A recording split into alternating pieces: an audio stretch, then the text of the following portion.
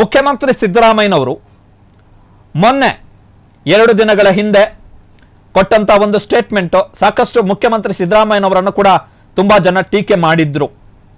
ಪೊಲೀಸರ ಅಭಿಪ್ರಾಯವನ್ನ ಕೇಳಿ SIT ರಚನೆ ಮಾಡಬೇಕಾ ಬೇಡವಾ ಅಂತೇಳಿ ನಾವು ತೀರ್ಮಾನಕ್ಕೆ ಬರ್ತೀವಿ ಅಂತೇಳಿ. ಬಟ್ ಆ ಸಂದರ್ಭದಲ್ಲಿ ಸಿದ್ದರಾಮಯ್ಯನವರನ್ನ ಟೀಕೆ ಮಾಡಿದ್ರು.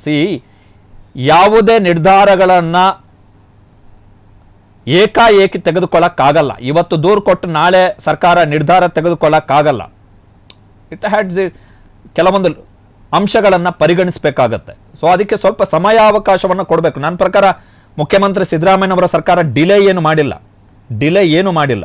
12ಕ್ಕೆ ದೂರ ಮಹಿಳಾ ಆಯೋಗದಿಂದ ಹೋಗಿದೆ. ಎಸ್ ಬಾಲನ್ ಒಳಗೊಂಡಂತೆ ವಕೀಲರ ತಂಡ ಡಾಕ್ಟರ್ CS ದ್ವಾರಕನಾಥ್ ಹಿಂದುಳಿದ ಆಯೋಗಗಳ ಮಾಜಿ ಅಧ್ಯಕ್ಷರು ಅವರು ಕೂಡ ಆ ನಿಯೋಗದಲ್ಲಿದ್ದರು. ಭೇಟಿ ಮಾಡಿ ಮುಖ್ಯಮಂತ್ರಿ ಸಿದ್ದರಾಮಯ್ಯನವರನ್ನ ಮನವಿ ಮಾಡಿದ್ದಾರೆ, ತನಿಖೆ ಆಗಬೇಕು, SIT ರಚನೆ ಆಗಬೇಕು ಅಂತ ಹೇಳಿ. SIT ಯಾಕೆ ರಚನೆ ಆಗತ್ತೆ ಅಂತ ಹೇಳಿದ್ರೆ ಹಿರಿಯ ಅಧಿಕಾರಿಗಳು ಇರ್ತಾರೆ SITಯಲ್ಲಿ. ಈಗ ಧರ್ಮಸ್ಥಳ ಪೊಲೀಸ್ ಠಾಣೆಯಲ್ಲಿ ದಾಖಲಾದಂತಹ ಪ್ರಕರಣ ಅಥವಾ ಭವಿಷ್ಯದಲ್ಲಿ ದಾಖಲಾಗುವಂತಹ ಪ್ರಕರಣಗಳನ್ನ ಧರ್ಮಸ್ಥಳ ಠಾಣೆಯವರೇ ತನಿಖೆ ಮಾಡೋದಾದ್ರೆ ಅಲ್ಲಿಯ ಸಬ್ ಇನ್ಸ್ಪೆಕ್ಟರ್ ಅಥವಾ ಇನ್ಸ್ಪೆಕ್ಟರ್ ಅಷ್ಟೇ ಇನ್ವೆಸ್ಟಿಗೇಷನ್ ಮಾಡ್ತಾರೆ.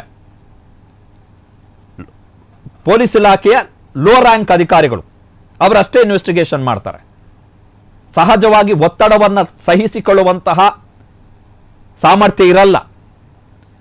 KV ಧನಂಜಯ ಅವರು ಯಾರು ಈ ಪ್ರಕರಣದ ತನಿಖೆಯ ಮುಂದಾಳತ್ವ, ಈ ಘಟನಾವಳಿಗಳ ತನಿಖೆ ಆಗಬೇಕು ಅಂತೇಳಿ ಮುಂದಾಳತ್ವವನ್ನು ವಹಿಸಿಕೊಂಡಿದ್ದಾರೆ. ಸುಪ್ರೀಂ ಕೋರ್ಟ್ನ ವಕೀಲರು KV ಧನಂಜಯ ಅವರು ಮೊನ್ನೆ ಒಂದು ಪ್ರೆಸ್ ರಿಲೀಸ್ ಮಾಡಿದ್ರು. ಏನು ಅಂತ ಹೇಳಿದ್ರೆ ಧರ್ಮಸ್ಥಳ ಠಾಣೆಯ ಇನ್ಸ್ಪೆಕ್ಟರ್ನ ವಯಸ್ಸೇ 29, ಹೊಸದಾಗಿ ಬಂದಿರತಕ್ಕಂಥ ಇನ್ಸ್ಪೆಕ್ಟರ್, ಸೇವಾ ಅನುಭವ ಇರಲ್ಲ, ಹೊಸದಾಗಿ ಬಂದಿರ್ತಾರೆ.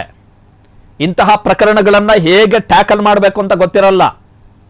ಅನುಭವದ ಕೊರತೆ ಇರುತ್ತೆ, ಪರಿಣಿತಿಯ ಕೊರತೆ ಇರುತ್ತೆ, ಜ್ಞಾನದ ಕೊರತೆ ಇರುತ್ತೆ, ನೋಡುವ ದೃಷ್ಟಿಯ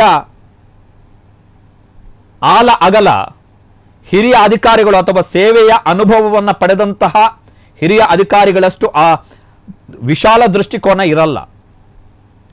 ಜೊತೆಗೆ ಠಾಣೆ ಧರ್ಮಸ್ಥಳದಲ್ಲಿರೋದ್ರಿಂದ ಸಹಜವಾಗಿಯೇ ಹಲವು ಒತ್ತಡಗಳು, ಇನ್ಕ್ಲೂಡ್ ಸಾರ್ವಜನಿಕ ಒತ್ತಡ.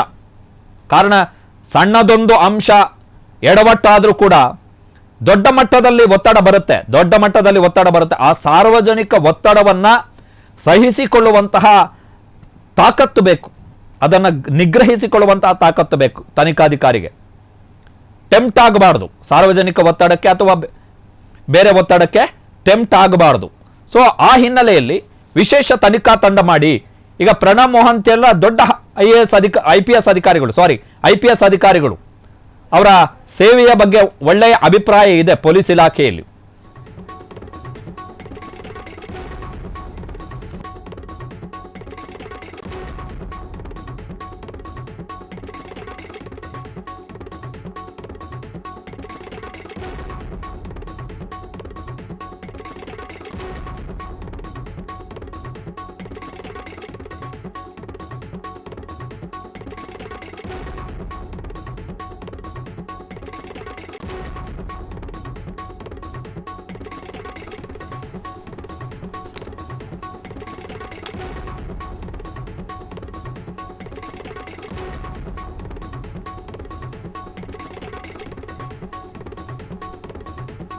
ಸೊ ವೆರಿ ಇಂಪಾರ್ಟೆಂಟ್ ನಿರ್ಧಾರ ಇದು, ವೆರಿ ಇಂಪಾರ್ಟೆಂಟ್ ನಿರ್ಧಾರ. ಕಾರಣ ಏನು ಅಂತ ಹೇಳಿದ್ರೆ ಸೌಜನ್ಯ ಪ್ರಕರಣವನ್ನ ಧರ್ಮಸ್ಥಳ ಮತ್ತು ಬೆಳ್ತಂಗಡಿ ಠಾಣೆಯ ಅಧಿಕಾರಿಗಳು ನಡೆಸಿದಂತಹ ರೀತಿ, ಬಿಜೆಪಿ ಸರ್ಕಾರದ ಅವಧಿಯಲ್ಲಿ ಗೃಹ ಸಚಿವ ಆರ್ ಅಶೋಕ್ ಬಾಯಿ ತೆರೆದ್ರೆ ಮಾತಾಡೋದೆಲ್ಲ ದೊಡ್ಡದೆ. ಆರ್ ಅಶೋಕ್ ಈಗ ವಿರೋಧ ಪಕ್ಷದ ನಾಯಕರು ಪಾಪ ಪ್ರಜ್ಞೆ ಕಾಡಬೇಕು, ಕೆಲವೊಂದ್ಸಲ ಪಾಪ ಪ್ರಜ್ಞೆ ಕಾಡಬೇಕು. ಸರ್ಕಾರಿ ಸೇವೆಯಲ್ಲಿ ಇರುವಂತವರಿಗೆ, ಸಾರ್ವಜನಿಕ ಸೇವೆಯಲ್ಲಿ ಇರುವಂತವರಿಗೆ ಪಾಪ ಪ್ರಜ್ಞೆ ಕಾಡಬೇಕು. ಯಾಕಂತ ಹೇಳಿದ್ರೆ ಜನಸಾಮಾನ್ಯರ ತೆರಿಗೆ ದುಡ್ಡು, ಜನಸಾಮಾನ್ಯ ಬೆವರು ಹರಿಸಿ ಕೊಟ್ಟಂತಹ ತೆರಿಗೆ ದುಡ್ಡಿನಲ್ಲಿ ಸರ್ಕಾರಿ ಕಾರು, ಸರ್ಕಾರಿ ಬಂಗಲೆಗಳಲ್ಲಿ ಇದ್ದು ಜೀವನ ನಡೆಸುವಂತಹ ರಾಜಕೀಯ ನಾಯಕರು ಯಾರೆಲ್ಲ ಅಧಿಕಾರದಲ್ಲಿದ್ದಾರೆ ಅವರಿಗೆ ಪಾಪ ಪ್ರಜ್ಞೆಗಳು ಕಾಡಬೇಕು. ಯಾಕಂತ ಹೇಳಿದ್ರೆ ಅವರ ಹೆಂಡತಿ ಮಕ್ಕಳೆಲ್ಲ ಬದುಕೋದೆ ನಾವು ಕೊಟ್ಟಿರುವಂತಹ ತೆರಿಗೆಯಲ್ಲಿ. ಸೊ ಪಾಪ ಪ್ರಜ್ಞೆ ಕಾಡಬೇಕು. ನಾವು ಮಾಡಿಲ್ಲ ಅಂತ ಹೇಳಿದ್ರೆ ನಮ್ಮ ಕುಟುಂಬಕ್ಕೆ ತಟ್ಟುತ್ತೆ ಶಾಪ ಅಂತೇಳಿ, ತಲೆಮಾರಿಗೆ ಹೋಗುತ್ತೆ ಶಾಪ. ಶಾಪ ಏನು ಬರೀ ಒಬ್ರಿಗೆ ತಟ್ಟಲ್ಲ, ತಲೆಮಾರಿಗೆ ಶಾಪ ತಟ್ಟುತ್ತೆ, ತಲೆಮಾರಿಗೆ. ಈಗ ಧರ್ಮ, ದೇವರು, ಪಾಪ ಪುಣ್ಯ ಈ ಪ್ರಜ್ಞೆಯನ್ನೆಲ್ಲ ಇದನ್ನೆಲ್ಲ ನಂಬುವಂತಹ ವ್ಯಕ್ತಿಗಳು ಏನಾದರೂ ಆದಂತಹ ಸಂದರ್ಭದಲ್ಲಿ ಜ್ಯೋತಿಷ್ಯಗಳ ಬಳಿ ಹೋಗ್ತಾರೆ, ಏನಾಯ್ತು ನಮಗೆ ಅಂತೇಳಿ. ಅವಾಗ ಅವ್ರು ಹೇಳ್ತಾರೆ, ತಲೆಮಾರು ಹಿಂದಿನ ತಲೆಮಾರಿನವ್ರು ಏನೋ ಮಾಡಿರ್ತಾರೆ, ಆ ಕಾರಣಕ್ಕೋಸ್ಕರ ನಿಮಗೆ ಈ ರೀತಿ ಆಗ್ತಾ ಇದೆ ಅಂತೇಳಿ ಆ ಪಾಪ ಪ್ರಜ್ಞೆ ಕಾಡಬೇಕು. ಕ್ಷಣ ಕ್ಷಣದ ಸುದ್ದಿಗಳಿಗಾಗಿ ಫ್ರೀಡಂ ಟಿವಿ ಸಬ್ಸ್ಕ್ರೈಬ್ ಮಾಡಿ, ಲೈಕ್ ಮಾಡಿ ಹಾಗೂ ಫಾಲೋ ಮಾಡಿ.